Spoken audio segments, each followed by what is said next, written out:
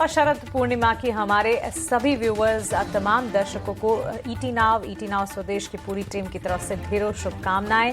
Festival season की शुरुआत तो हो चली है और एक के बाद एक फेस्टिव मोड बाजार में भी रिफ्लेक्ट होता हुआ दिख रहा है। आज भी बाजार में हम देख रहे हैं तेजी की हैट्रिक लगती हुई, अच्छा खासा एक्शन और मोमेंटम। इनफैक्ट हमने ड्यूरिंग द फर्स्ट हाफ दिन के उच्चतम स्तर पर इंडिसेस को भी देखा, बेंचमार्क इंडिसेस में भी जबरदस्त रिस्पॉन्स और ब्रॉडर मार्केट्स में भी सिलेक्टेड प्लेयर्स में आपको अपॉर्चुनिटीज मिल जाएंगी अगर ठीक से खोजेंगे और ईटी नाउ स्वदेश के साथ बने रहेंगे तो। निफ्टी, बैंक निफ्टी और सेंसेक्स में अच्छी खासी तेजी, करीब करीब 300 अंकों की बढ़त। परसेंटेज वाइज देखेंगे तो ऑलमोस्ट 2% तक के गेंस, लेकिन पॉइंट वाइज देखना ज्यादा बेहतर होगा। अच्छी खासी तेजी आप देख पाएंगे। बैंक निफ्टी करीब 425 अंकों की बढ़त देखने को मिल रही है इस वक्त। वहीं निफ्टी और सेंसेक्स में भी अच्छा एक्शन। 56,000 के लेवल्स को इंट्राडे में हमने आज टच बेस किया बैंक निफ्टी में, और इस वक्त भी हम देख रहे हैं 56,000 के ही पार बैंक निफ्टी ट्रेंड करता हुआ। 425 अंकों की बढ़त सेंसेक्स में भी और निफ्टी 25,000 के पार। लेकिन चलिए योर स्टॉक्स में अब आपके सवालों के जवाब देने की कोशिश हम करेंगे। और सवाल जवाब का सिलसिला शुरू करने से पहले आपको बता दें सवाल पूछने का तरीका। आपकी टीवी स्क्रीन पर हमारे contact numbers, social media handles लगातार फ्लैश होते रहेंगे। इन कॉन्टैक्ट नंबर्स पर हमसे सवाल पूछें और हमारे सोशल मीडिया हैंडल्स पर भी आप सवाल पूछ सकते हैं और हम पूरी कोशिश करेंगे और हमारे एक्सपर्ट्स के जरिए आपको आपके सवालों के तमाम जवाब आपको दे पाएं। चलिए हमारे एक्सपर्ट्स को शो में शामिल कर लेते हैं। यस सिक्योरिटी से लक्ष्मीकांत शुक्ला हमारे साथ जुड़ गए हैं। लक्ष्मीकांत जी, गुड आफ्टरनून, स्वागत है आपका ईटी नाउ स्वदेश पर। सबसे पहले इंडेक्स पर ही आपका नजरिया जानना चाहेंगे। हफ्ते की शुरुआत काफी अच्छी हुई है, मोमेंटम यहां से आगे कितना बढ़ता देख रहे हैं आप? इंडिसेस, निफ्टी, बैंक निफ्टी पर स्ट्रैटेजी। आप दोनों को गुड आफ्टरनून और आपके सभी दर्शकों को और ईटी नाउ स्वदेश के दर्शकों को शरद पूर्णिमा की हार्दिक शुभकामनाएं। जी, दोनों इंडाइसेस काफी पॉजिटिव सेंटीमेंट के साथ आगे बढ़ते हुए नजर आ रहे हैं। अगर हम निफ्टी की बात करें तो निफ्टी अगर 25,000 लेवल के ऊपर सस्टेन होता है तो हमें फिर से 25,400 से लेकर 25,500 के लेवल्स देखने को मिल सकते हैं। अ, जिस तरीके से हमें पहले करेक्शन देखने को मिले थे, अगर हम पिछले 3 दिनों का सेशन देखें तो वहां से रिबाउंड देखने को मिल रहा है। और अगर 25,000 के ऊपर की क्लोजिंग होती है आज के सेशंस में तो निफ्टी अपने सभी की मूविंग एवरेज के ऊपर सस्टेन करेगा। और जिस तरीके से back to back bullish candle का फॉर्मेशन हुआ है तो वो यही संकेत दे रहे हैं कि आने वाले समय भी मार्केट निफ्टी का जो ट्रेंड है वो ऊपर की ओर रहेगा। अब जो अपकमिंग हर्डल है मुझे 25,400 500 के पास ही लग रहा है। उससे पहले ऐसा कोई हर्डल नजर नहीं आ रहा है, तो मुझे लगता है कि वहां तक की हमें तेजी देखने को मिल सकती है। वहीं पर अगर हम बैंक निफ्टी की बात करें तो आज के सत्र में बैंक निफ्टी ने इन्वर्टेड हेड एंड शोल्डर का ब्रेकआउट दे दिया है। उसका नेकलाइन 55,800 के आसपास आ रहा था, तो अगर उसकी क्लोजिंग आज 55,800 के ऊपर होती है तो इस इन्वर्टेड हेड एंड शोल्डर का जो टारगेट आता हुआ दिखाई दे रहा है वो आ रहा है 58,040 पॉइंट के आसपास। और अगर हम Nifty bank Nifty versus Nifty का रेशो भी देखें तो वो भी ट्रेंडिंग अपसाइड मूव में ही हम डेली के चार्ट्स पर देख पा रहे हैं। और इसका जो पुराना पीक था उसके ऊपर ये सस्टेन होता हुआ नजर आ रहा है। तो हमें लगता है कि बैंक निफ्टी आने वाले समय में बेंचमार्क इंडेक्स निफ्टी को आउट परफॉर्म कर सकता है। और इसी के संकेत हमें बैंक प्राइवेट बैंक्स और पीएसयू बैंक्स में भी देखने को मिल रहे हैं। सो ओवरऑल जो सेंटीमेंट है दोनों ही इंडेक्स के लिए पॉजिटिव दिखाई दे रहे हैं। बिल्कुल, तो ये तो हो गई मार्केट की बात, लेकिन चलिए अब वक्त हो गया है हमारे फर्स्ट कॉलर को जोड़ने का। प्रमोद सबाले हमारे साथ जुड़ गए हैं। गुड आफ्टरनून प्रमोद जी, कहाँ से बात कर रहे हैं आप? गुड आफ्टरनून मैडम, मैं सातारा से बोल रहा हूँ। जी हेलो सर, बताइए क्या सवाल है आपका? सर, ट्राइडेंट के 1,000 शेयर है मेरे। 32 रुपए के प्राइस से लिया है मैंने। लॉन्ग टर्म के लिए क्या है सर मैडम? जी बिल्कुल। Good afternoon Laxmikant ji, Tripti Upadhyay this side. Pramod Sawale ji है, इनका सवाल है कि ट्राइडेंट के इनके पास करीब 1,000 से ज़्यादा शेयर है जो कि 32 के प्राइस पे इन्होंने लिया था। आज तो शेयर में थोड़ी सी गिरावट देखी जा रही है, लेकिन पिछले 6 महीनों में करीब 11.5% का रिटर्न दिया है। लॉन्ग टर्म में आपसे सलाह चाहते हैं, क्या राय होगी इस पर? जी गुड। चार्ट दिखाई दे रहा है वो अभी भी बेरिश टेरिटरी में ट्रेड करता हुआ दिखाई दे रहा है। अभी ये स्टॉक अपने सारे की मूविंग एवरेज के नीचे ही सस्टेन कर रहा है। तो मुझे लगता है कि अगर ये 27-25 के पिछले स्विंग लो के नीचे अगर फिसलता है तो हमें फर्दर सेलिंग प्रेशर देखने को मिल सकता है। तो मुझे लगता है कि एक बार इनको 27 का स्टॉप लॉस लेकर चलना चाहिए। अगर 27 के नीचे की क्लोजिंग होती है तो यहाँ से स्टॉक फिर उसके जो प्रीवियस स्विंग लो है वहां तक फिसल सकता है, जो अभी देखने को मिल रहे हैं हमें 23-22 के आसपास। सो हमें एक स्ट्रक्चर काफी नेगेटिव नजर आ रहा है। तो हमें नहीं लगता है यहाँ से रिबाउंड होगा, हालांकि इन्होंने पहले से लेकर रखा हुआ है। तो मुझे लगता है कि 27 के स्टॉप लॉस के साथ ये ट्रेड कर सकते हैं। हालांकि जिस दिन भी ये 27 के नीचे की क्लोजिंग देगा तो वहां से एग्जिट रहने की सलाह रहेगी। बिल्कुल, ट्राइडेंट पर ये एक राय इस वक्त बनती हुई करीब आधे से 1% तक की गिरावट पर स्टॉक में हम देख रहे हैं। जो टारगेट स्टॉप लॉसेस और एग्जिट का नजरिया हमारे एक्सपर्ट आपको बता रहे हैं, उस पर ध्यान जरूर रखिएगा आप। हमारे साथ हमारी अगली कॉलर जुड़ गई हैं फोन लाइन के जरिए। दिशा है हमारे साथ। नमस्कार दिशा, पूछिए अपना सवाल। नमस्कार ma'am, good afternoon. Good ma'am, afternoon. I have precision cam shifts 2000 @ 204। ठीक है, 204 की आपकी खरीदारी के लेवल्स हैं और नजरिया आपका शॉर्ट टर्म है या फिर लॉन्ग टर्म नजरिया बनाकर चल रही हैं आप दिशा? मैम 9 मंथ्स हम होल्ड कर सकते हैं। ठीक है, सो होल्ड पोजीशन रख सकती हैं। लक्ष्मीकांत जी, प्रेसिशन कैम्पशाफ्ट में खरीदारी इन्होंने कर रखी है 199 के लेवल्स पर। इस वक्त हम करीब 2% की गिरावट देख रहे हैं स्टॉक में। एंड अगर इनके फंडामेंटल्स की बात करें, healthy dividend pay out ratio रहा ज़रूर है, लेकिन उसके सामने नेगेटिव्स भी हैं। पुअर सेल्स ग्रोथ भी कंपनी ने डिलीवर करी है और लो रिटर्न ऑन इक्विटी भी हम देख पाए हैं। टेक्निकली चार्ट्स पर इनके लिए राय क्या होगी? ये पोजिशन को इंटैक्ट रख सकती हैं, लेकिन स्ट्रैटेजी क्या बनानी चाहिए? चार्ट्स को देखकर एक रेंज बाउंड मूव नजर आ रहा है। हालांकि अगर हम पिछले महीने का सेशन देखें तो वहां पर एक अच्छा खासा रिबाउंड देखने को मिला था। स्टॉक्स ने 262 के लेवल्स को भी एक बार रिटेस्ट किया था, पर उसके बाद फिर से सेलिंग प्रेशर आता हुआ दिखाई दिया है। अभी स्टॉक स्टेबल होता हुआ नजर आ रहा है 190 के लेवल्स के आसपास, और वहीं से एक हल्का सा रिबाउंड भी देखने को मिला है। तो मुझे लगता है 190 के स्टॉप लॉस के साथ होल्ड करके चला जा सकता है। बट मेजर अपसाइड मूव के लिए थोड़ा सा वेट करना पड़ेगा। अगर 217 के ऊपर अगर ये स्टॉक निकलता है, फिर उसके बाद ही हमें तेजी देखने को मिलेगी। देन आफ्टर ये अपने प्रीवियस स्विंग हाई तक पहुंच सकता है, कि जो कि 262 के आसपास दिखाई दे रहे हैं। सो अभी फिलहाल इनको 190 के स्टॉप लॉस के साथ होल्ड रखने की सलाह रहेगी इस स्टॉक में। जी बिल्कुल, प्रिसिशन पर आपको 190 के स्टॉप लॉस के साथ होल्ड करने की सलाह मिल रही है। बढ़ते हैं आगे, अगले कॉलर को जोड़ते हैं। अर्जिश तिवारी हमारे साथ इस वक्त जुड़ गए हैं। गुड आफ्टरनून अर्जिश, कहाँ से बात कर रहे हैं आप? हाँ जी, गुड आफ्टरनून। भी गुड़गांव से बात कर रहा हूँ। जी, क्या सवाल है आपका? मैंने ना 71 पे 2000 शेयर लिए हैं ओला इलेक्ट्रिक के में। ओके, हेलो जी बिल्कुल, ओला इलेक्ट्रिक के आपके पास 2000 शेयर है, 71 के प्राइस पर आपने लिया था। लक्ष्मीकांत जी, अभी तो ये फिलहाल इनको अच्छा खासा लॉस इस शेयर में दिख रहा है। नजरिया क्या बताया है आपने? 6 मंथ 6 महीने 6 मंथ 6 मंथ का, 6 मंथ के लिए ये ओला इलेक्ट्रिक पर आपसे राय चाहते हैं। देखिए, इन्होंने जब इसने फॉलिंग ट्रेंड लाइन का ब्रेकआउट दिया था, उसके बाद हमें अच्छे खासे अपसाइड मूव देखने को मिले थे। मुझे लगता है उसी लेवल्स के आसपास इन्होंने इसको बाय किया था, बट उसके बाद से ही यहाँ पर प्रॉफिट बुकिंग देखने को मिली है। अभी फिलहाल ये जहाँ से पहले ब्रेकआउट आया था वहीं पर ये स्टॉक ट्रेड करता हुआ दिखाई दे रहा है। तो इमीडिएट जो सपोर्ट है वो अभी मुझे 49 के आसपास नजर आता हुआ दिखाई दे रहा है। ओवरऑल जो सेंटीमेंट है वो अभी शॉर्ट टर्म के लिए तो बेरिश है, बट इन्होंने बताया कि इनका 6 मंथ का नजरिया है।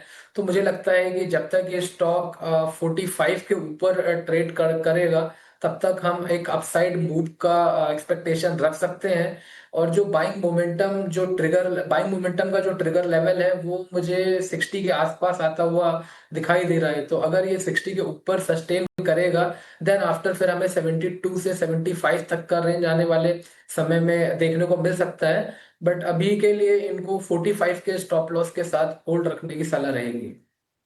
ठीक है, तो चलिए 45 का स्टॉप लॉस और जो लेवल बेस काम का जो इलेक्ट्रिक में पहले तो इंटैक्ट रखे पोजीशन, लेकिन लक्ष्मीकांत जी जो आपको राय दे रहे हैं उस पर फोकस जरूर कीजिएगा, उन स्तरों पर एग्जिट के बारे में भी सोचना जरूर चाहिए।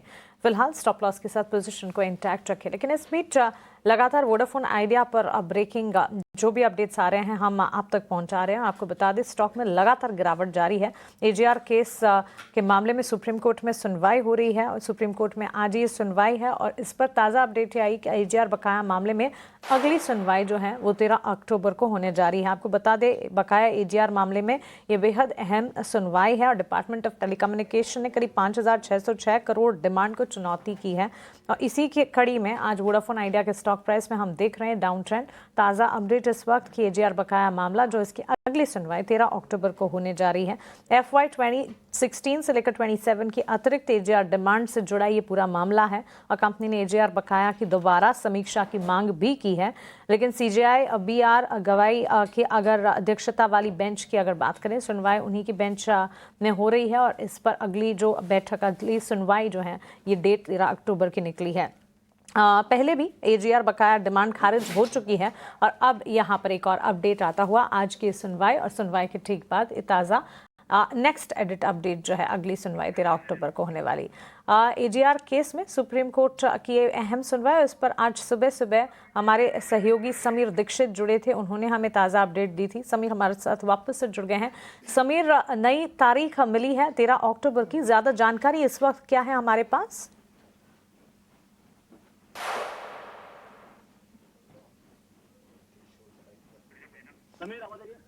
समीर, अगर आप मुझे सुन पा रहे हैं बताइए, नई तारीख 13 अक्टूबर की सुनवाई की सामने आई है, ज्यादा डिटेल्स क्या है हमारे पास? जी बिल्कुल, वोडाफोन आइडिया की अहम याचिका पर सुनवाई करते हुए सुप्रीम कोर्ट ने फिलहाल इसको अगली तारीख तक के लिए टाल दिया है, यानी कि इस मामले की अगली सुनवाई 13 अक्टूबर को होगी। और इसके पीछे वजह यह है कि केंद्र सरकार की तरफ से सॉलिसिटर जनरल तुषार मेहता ने अपील करी थी, रिक्वेस्ट किया था कि मामले को 1 हफ्ते के लिए आगे बढ़ा दिया जाए और इस अपील को मानते हुए अगले 13 अक्टूबर पर यह सुनवाई होगी। और मुकुल रोहतगी जो कि सीनियर एडवोकेट है और जो वोडाफोन आइडिया को रिप्रेजेंट कर रहे हैं, उन्होंने भी सॉलिसिटर जनरल की जो रिक्वेस्ट थी इसका कोई अपोज या इसका विरोध नहीं किया है। आपको बता दें कि ये जो याचिका है वोडाफोन आइडिया की तरफ से, ये उसके भविष्य के लिए काफी अहम है, क्योंकि वोडाफोन आइडिया ने डिपार्टमेंट ऑफ टेलीकॉम की तरफ से जो एडिशनल एजीआर ड्यूज हैं तकरीबन 5700 करोड़ रुपए के, इसको वेव ऑफ करने की अपील करी है। और ये उसके पीछे का तर्क ये दिया है कि इसका जो पूरा कैलकुलेशन है वो सही नहीं है। यही नहीं, वोडाफोन आइडिया ने ये भी दलील दी है कि ऐसे में जब कंपनी वैसे ही वित्तीय संकटों के दौर से गुजर रही है, इसमें अगर कोई भी एडिशनल चार्जेस लगाए जाते हैं तो ये कंपनी की स्थिति को और बिगाड़ सकती है।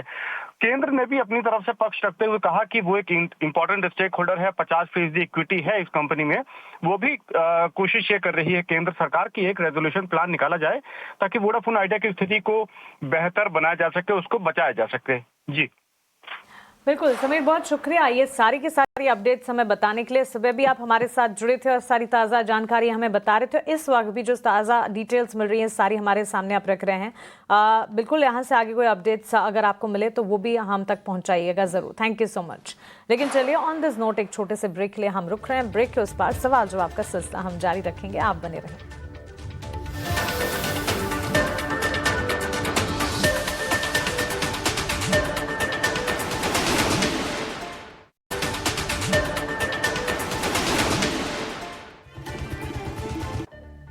ब्रेक के बाद स्वागत है आपका और चलिए अपने अगले कॉलर को शामिल करते हैं शो में। अनीता हमारे साथ जुड़ गई है।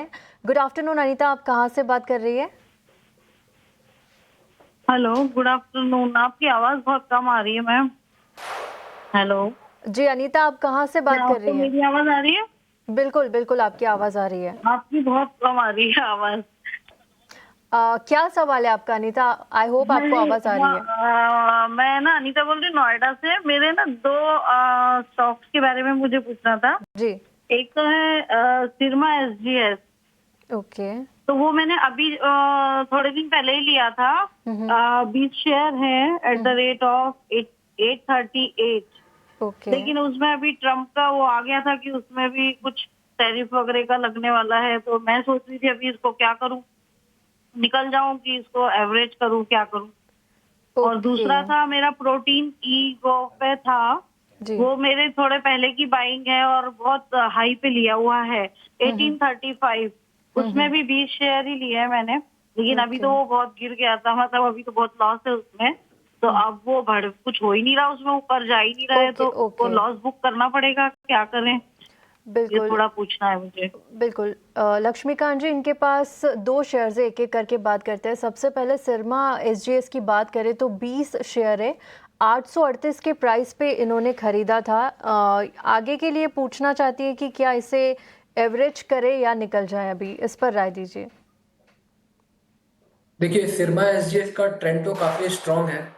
हालांकि अभी फिलहाल के खरीद भाव से वो नीचे चल रहा है, बट हम अभी भी सजेस्ट करेंगे, अगर ये इसमें 765 का अगर स्टॉप लॉस लेकर चलेंगी तो इसमें आने वाले समय में मुनाफे में रहेंगी।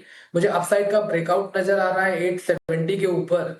अगर ये 870 के ऊपर निकलता है तो वहां से स्टॉक 100 पॉइंट एक्स्ट्रा, जो अदर जो 970 के जो नेक्स्ट लेवल्स हैं वहां तक पहुंच सकता है। सो ओवरऑल ट्रेंड काफी स्ट्रांग है और मुझे लगता है कि आने वाले समय में ब्रेकआउट मिल सकता है। 765 के स्टॉप लॉस के साथ ये होल्ड करके चल सकते हैं सिरमा एसजीएस टेक्नोलॉजी में। अगर हम प्रोटीन ई गवर्नेंस की बात करें तो ट्रेंड यहाँ पर बहुत ही डाउन साइड है और यहाँ पर हमें अच्छे खासे लेवल्स टूटते हुए नजर आए थे पिछले मंथ में भी। और अगर हम एक सपोर्ट की बात करें तो एक इमीडिएट सपोर्ट यहाँ पर देखने को मिल सकता है 850 के आसपास। सो प्रोटीन ई गवर्नेंस का जो ट्रेंड है वो अभी भी हमें डाउन साइड ही लग रहा है, तो मुझे लगता है कि अगर 850 के लेवल्स टूटते हैं तो फर्दर करेक्शन हमें 815 से लेकर 800 तक के लेवल्स तक देखने को मिल सकता है। तो हमारी तरफ से प्रोटीन ई गवर्नेंस में एग्जिट करने की सलाह रहेगी और एसएस जो सिरमा एसजीएस टेक्नोलॉजी है उसे होल्ड करने की सलाह रहेगी। ठीक है, सिरमा एसजीएस को आप होल्ड करके चल सकते, लेकिन प्रोटीन ई गाव से तुरंत प्रभाव से निकलने की राय इस वक्त हमारे एक्सपर्ट की तरफ से मिल रही है, तो एग्जिट करने का मन बनाएं। लेकिन चलिए, हमारे अगले व्यूअर भी हमारे साथ जुड़ गए हैं। अमित जैन हमारे साथ फोन लाइन से जुड़े हैं। अमित जी नमस्कार, पूछे अपना सवाल। नमस्कार मैम, अमित जैन हैदराबाद से। जी जी बताएं। मैडम, मेरे को जानना था टीटीएमएल स्टॉक, मैंने 800 क्वांटिटी ली है 118 के साथ। ठीक है, TTML 800 share at the rate of 118। Okay, 118 के लेवल की आपकी खरीद है जी टीटीएमएल की। ठीक है, ठीक काफी है। लंबा टाइम हो गया इसको एवरेज करते हुए 118 पे लेके आया है, आगे क्या करना है। और एक स्टॉक है टाटा स्टील, चलेगा, ठीक है बताएं। 1600, परचेज रेट है 134। ठीक है, ओके, अब दोनों पर आपको आपके सवालों को जवाब दिलवा देते हैं अमित जी, लेकिन एक बार टाइम फ्रेम बताएं। कोई टाइम फ्रेम सोच के रखा है आपने? नहीं मैम, ऐसा कुछ सोच के नहीं रखा है, काफी लंबा टाइम हो गया, कुछ ज्यादा प्रॉफिट दिखा नहीं है, तो अभी क्या करना चाहिए बोल के कॉल किया। बिल्कुल बिल्कुल। लक्ष्मीकांत जी, टाटा स्टील में 134 इनके खरीदारी के लेवल है, वहां से तो आगे चला है स्टॉक। 1600 शेयर्स खरीदे, 170 के लेवल्स पर इस वक्त ट्रेड कर रहे हैं, करीब 60,000 का मुनाफा है इन्हें। और दूसरा है टाटा टेली सर्विसेज, अब यहाँ पर बड़ी लेवल पर खरीदारी करी है और स्टॉक की अगर बात करें इस वक्त 57 रुपये 58 रुपये के आसपास कामकाज करता हुआ, तो नुकसान झेल रहे हैं टाटा टेली सर्विसेज में। तो Tata steel, Tata tele services दोनों में अमित जैन जी के लिए सलाह क्या होगी?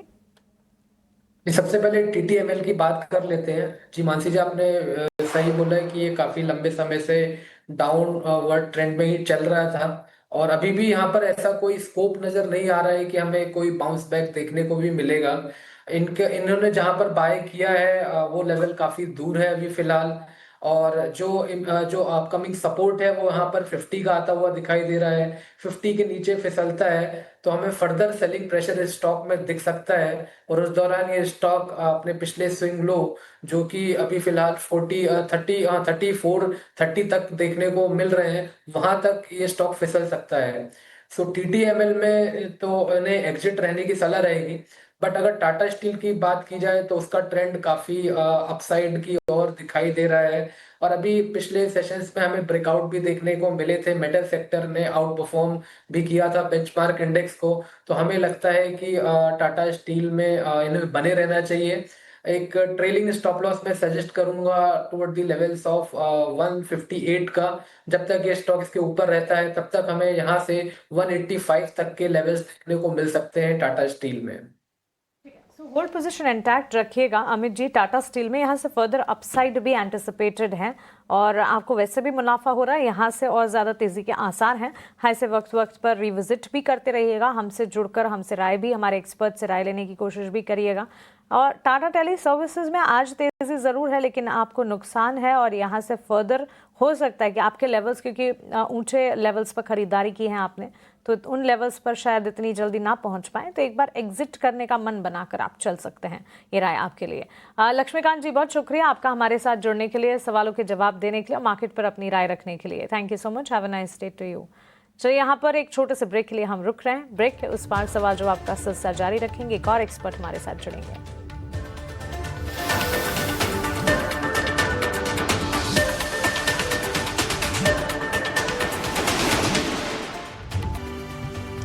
योर स्टॉक्स देख रहे हैं आप और मैं हूं आपके साथ तृप्ति उपाध्याय। चलिए अब शो को आगे बढ़ाते हैं और हमारे साथ एक और मार्केट एक्सपर्ट को जोड़ने का वक्त आ गया है। राजेश भोसले जी हमारे साथ जुड़ गए हैं एंजल वन से। सर, आपका बहुत बहुत स्वागत है ईटी नाउ स्वदेश में और योर स्टॉक्स पर। सबसे पहले मार्केट पर बात करते हैं। जिस तरह से आज रिकॉर्ड हाई पर मार्केट ट्रेड कर रहा है, निफ्टी बैंक, सेंसेक्स और ब्रॉडर इंडेक्स मिड कैप और स्मॉल कैप में भी अच्छी खासी तेजी नजर आ रही है। यहां से आगे क्या ट्रेंड बनता हुआ आपको नजर आ रहा है? नमस्कार, आफ्टरनून। काफी अच्छा बायस बन रहा है, पॉजिटिव, एंड एक्सपेक्ट कर रहे हैं कि ये जो मोमेंटम है वो कंटिन्यू रहेगा।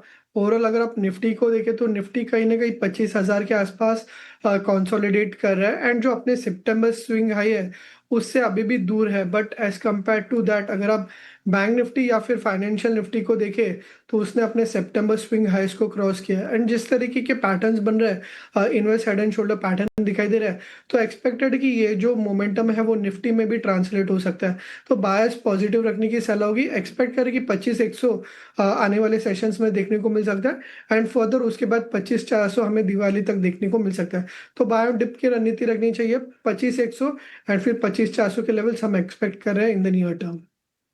राइट, तो चलिए ये रहा इंडिसेस पर। निफ्टी में हम देख रहे हैं at this point in time जहां हम बात कर रहे हैं, बढ़िया तेजी एट डेज हाई 25,000 के पार। हाँ, मजबूती बिल्कुल कायम है। लेकिन चलिए सवाल जवाब के सिलसिले को आगे बढ़ाते हैं और हमारे एक और व्यूवर हमारे साथ फोन लाइन से जुड़ गए हैं। शांतिलाल वर्मा जी हैं हमारे साथ। शांतिलाल जी, बहुत शुक्रिया हमारे साथ जुड़ने के लिए। Good afternoon to you. पूछिए अपना सवाल। पॉलीकैब का जो है 69.15 के भाव में खरीदा हुआ 26 शेयर है। मैं ये लंबी अवधि के लिए रखना चाहता हूँ, क्या मेरे लिए उचित मार्गदर्शन रहेगा, आप बताएं। ठीक है राजेश जी, लंबी अवधि के निवेशक हैं मिस्टर वर्मा, और 1.25% की तेजी आज के सत्र में पॉलीकैब में हम देख रहे हैं। उन्होंने 26 शेयर खरीदे हैं। इनके खरीदारी के दाम 6,915 के हैं। इस वक्त 7,480 के लेवल्स पर स्टॉक ट्रेड करता हुआ करीब 15,000 का मुनाफा है। यहाँ से कितना लंबा इंतजार करना चाहिए उनको, स्ट्रैटेजी क्या बनानी चाहिए, और टाइम फ्रेम साथ साथ स्ट्रैटेजी आप बताएं। जी देखिए, डेफिनेटली एक स्ट्रॉन्ग अप ट्रेंड में है। मार्च में अराउंड 4700 के आसपास ट्रेड करा था, एंड अभी यहाँ पे ये 7500 के आसपास ट्रेड करा। तो एक काफ़ी वर्टिकल रैली हमें देखने को मिली है 4 to 5 मंथ्स में, एंड एक्सपेक्टेड है ये जो रैली है कंटिन्यू रह सकता है। अभी यहाँ पे एक इम्पॉर्टेंट रेजिस्टेंस होगा अराउंड 7600 के आसपास। ये है इसका 2024 का स्विंग हाइज भी, एंड अगर ये 7600 क्रॉस करता है तो पॉसिबली ये स्टॉक जो है एक लॉन्ग टर्म के हिसाब से 8250 से 8400 लेवल्स भी जा सकते हैं। जिस तरीके का मोमेंटम है, एक्सपेक्ट करें कि ये ब्रेकआउट जो है वो देखने को मिल सकता है। तो डेफिनेटली होल्ड रखिए। अगर कोई ट्रेलिंग स्टॉप लॉस रखना है तो वो होगा अराउंड 7100 के आसपास, जहाँ पे एक डेली चार्ट में हायर बॉटम बना है। बट ओवरऑल लॉन्ग टर्म के नजरिए से होल्ड रखा जा सकता है 8200 के टारगेट्स के लिए। राइट, तो चलिए ये राय गौरव जी आपको मिलती हुई पॉलीकैब के लिए। टारगेट्स को ध्यान में रखें और पोजीशंस को इंटैक्ट रखिएगा।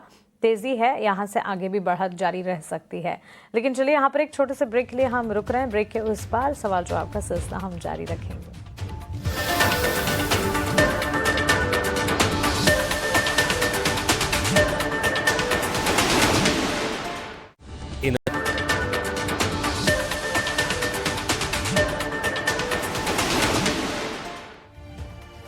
ब्रेक के बाद स्वागत है आपका और चलिए शो को आगे बढ़ाते हैं। गौरव हमारे साथ इस वक्त जुड़ गए हैं।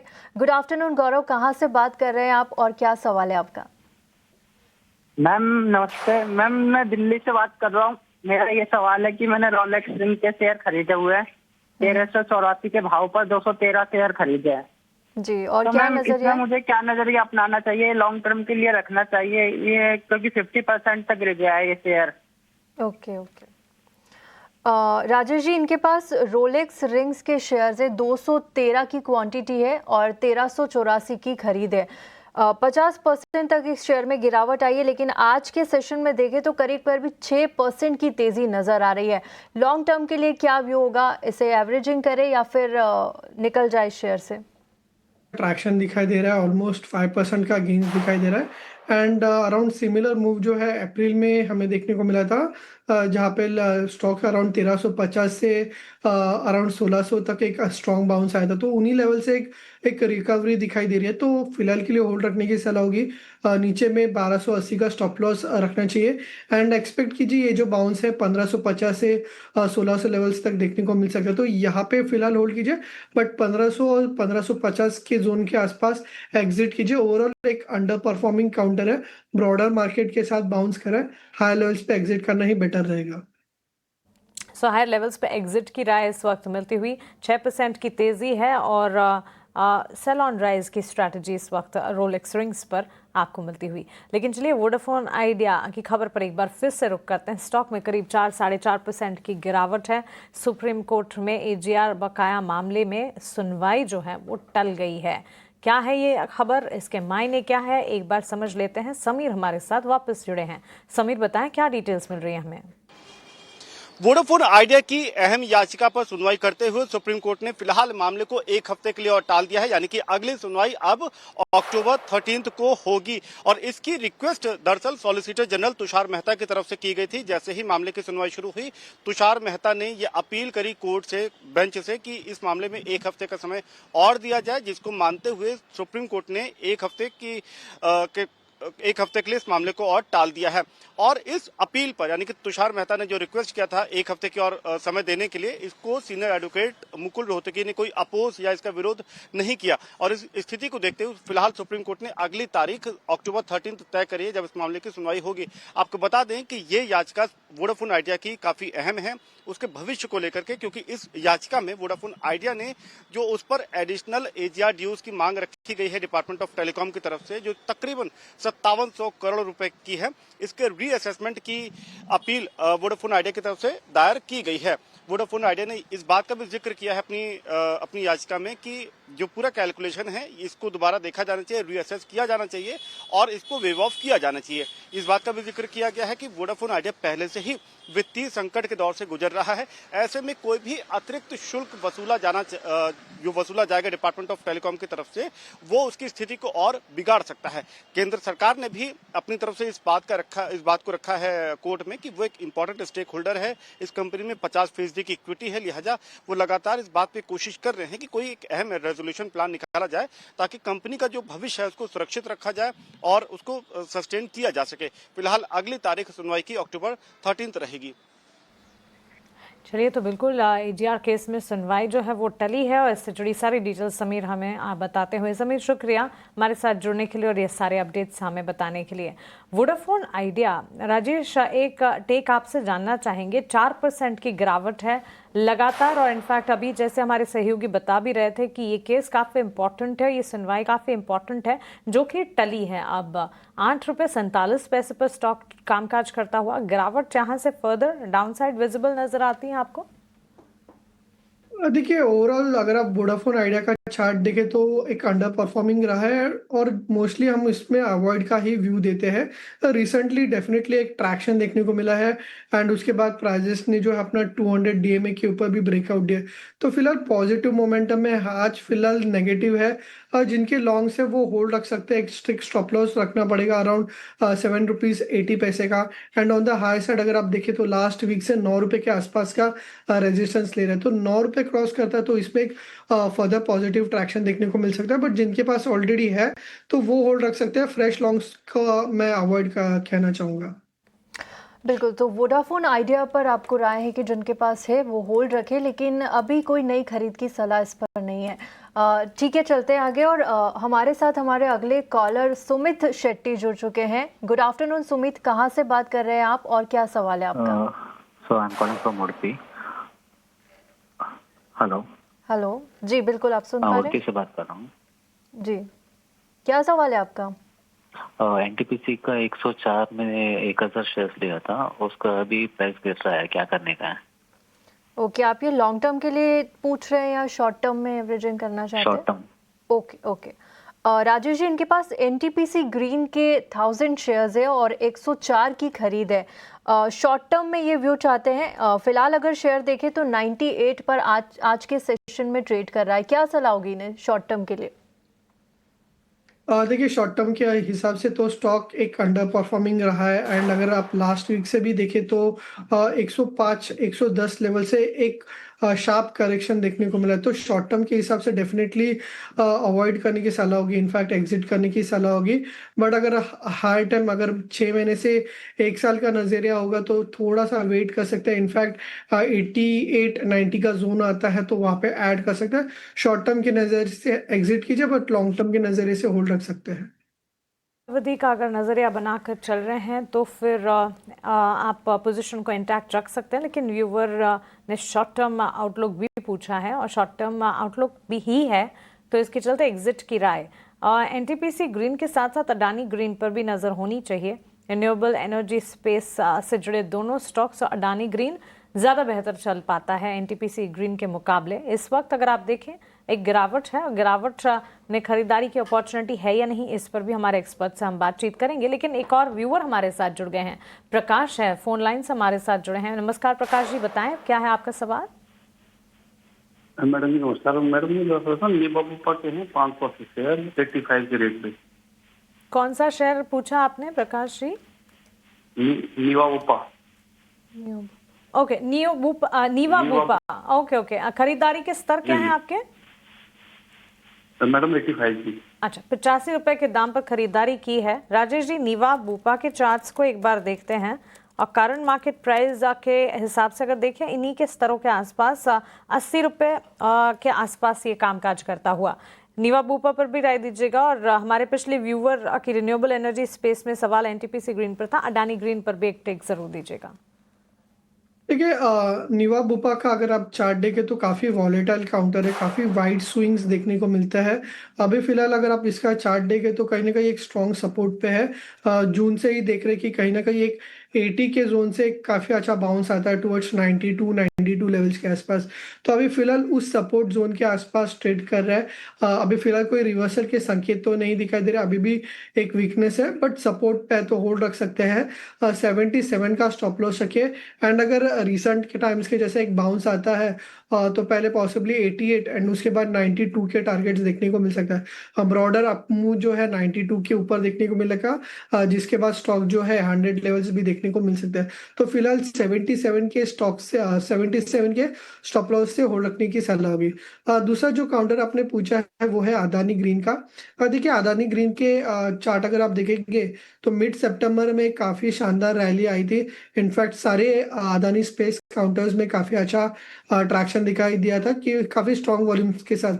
उसके बाद प्राइस करेक्ट किए हैं लो वॉल्यूम्स के साथ, तो अभी फिलहाल उसी रैली के ओरिजिन पॉइंट के आसपास है। तो यहाँ पे एक पॉजिटिव बायस रख सकते हैं। नीचे में अराउंड 1000 के आसपास का एक सपोर्ट है, एक स्टॉप लॉस रखना चाहिए एंड हायर साइड में अगर अपसाइड रिज्यूम होता है तो वापस 1150 एंड फिर 1200 लेवल्स हमें देखने को मिल सकते हैं। जी, तो बिल्कुल नीवा बुपा पर आपको राय है कि 77 का आप एसएल लगा ले और 92 के लेवल्स आपको देखने को मिल सकते हैं। होल्ड की सलाह है। अदानी ग्रीन पर भी आपको इस वक्त होल्ड की सलाह आती हुई।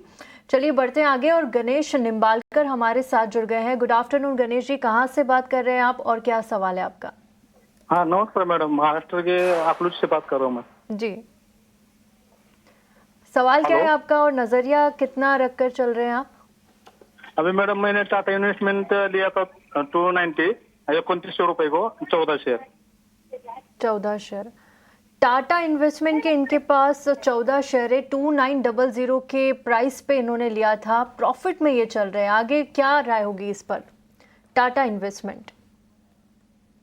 देखिए, पहले तो इनको कॉन्ग्रेचुलेट करना चाहूँगा, काफ़ी अच्छे लेवल्स पे बाइंग किए, काफ़ी अच्छा मुनाफा देखने को मिल रहा है। टाटा कैपिटल के चलते हुए इस स्टॉक में काफ़ी अच्छा ट्रैक्शन देखने को मिल रहा है एंड एक्सपेक्ट कर रहे हैं कि ये जो अप ट्रेंड है कंटिन्यू रह सकता है। रिसेंटली एक शानदार रैली देखने को मिली थी, तो यहाँ पे कहीं ना कहीं एक कंसोलिडेशन मोड में या प्राइस करेक्शन देखने को मिल सकता है, बट लॉन्ग टर्म इन्वेस्टर दिखाई दे रहे हैं और अभी भी स्टॉक में अभी भी दम कम है कि फर्दर ट्रैक्शन देखने को मिल सकता है। 12,000 12,500 के लेवल्स देखने को मिल सकते हैं, तो होल्ड रखने की सलाह होगी टाटा इन्वेस्टमेंट में। व्यूअर को बधाई, लंबी अवधि के निवेश की सच्चाई और इसकी खूबसूरती इस वक्त हम देख रहे हैं। और लॉन्ग टर्म प्ले अगर पोजीशंस इंटैक्ट रखते हैं तो मार्केट में वेल्थ क्रिएशन बिल्कुल होती है और पोजीशंस को आप भी इंटैक्ट रखें, यहाँ से फर्दर अपसाइड पॉसिबल है। Rajesh ji, quick view. भरत शर्मा जी ने सोशल मीडिया हैंडल पर सवाल पूछा है, आपसे जानना चाहेंगे, समय की पाबंदी है, रेस्टोरेंट ब्रांड एशिया के शेयर्स खरीदे हैं 113 के दाम पर, 600 शेयर्स की खरीदारी की है इन्होंने और हम देख रहे हैं 78 रुपए के दाम पर ये स्टॉक ट्रेड करता हुआ करीब 1.5 लाख रुपए का नुकसान झेल रहे हैं, क्या राय होगी? देखिए, फिलहाल होल्ड करने की सलाह होगी। 76 के आसपास एक अच्छा सपोर्ट बन रहा है रेस्टोरेंट ब्रांड के लिए एंड यहाँ से बाउंस आता है अराउंड 82 के आसपास, तो वहाँ पे एक बार पोजीशंस को लाइट कीजिए, इंटैक्ट रखिए। ये राय फिलहाल मिलती हुई। राजेश जी, बहुत शुक्रिया आपका हमारे साथ जुड़ने के लिए, सवालों के जवाब देने के लिए और हमारे व्यूवर्स को हेल्प करने के लिए, उनके सवाल मार्केट रिलेटेड जो हैं उनको लेकर। लेकिन चलिए, इसी के साथ योर स्टॉक्स को हम यही समेटने जा रहे हैं। फिलहाल मुझे और तृप्ति को आप दीजिए इजाजत, लेकिन ईटी नाउ स्वदेश पर खबरों का सिलसिला लगातार जारी है। बने रहे हमारे साथ। नमस्कार।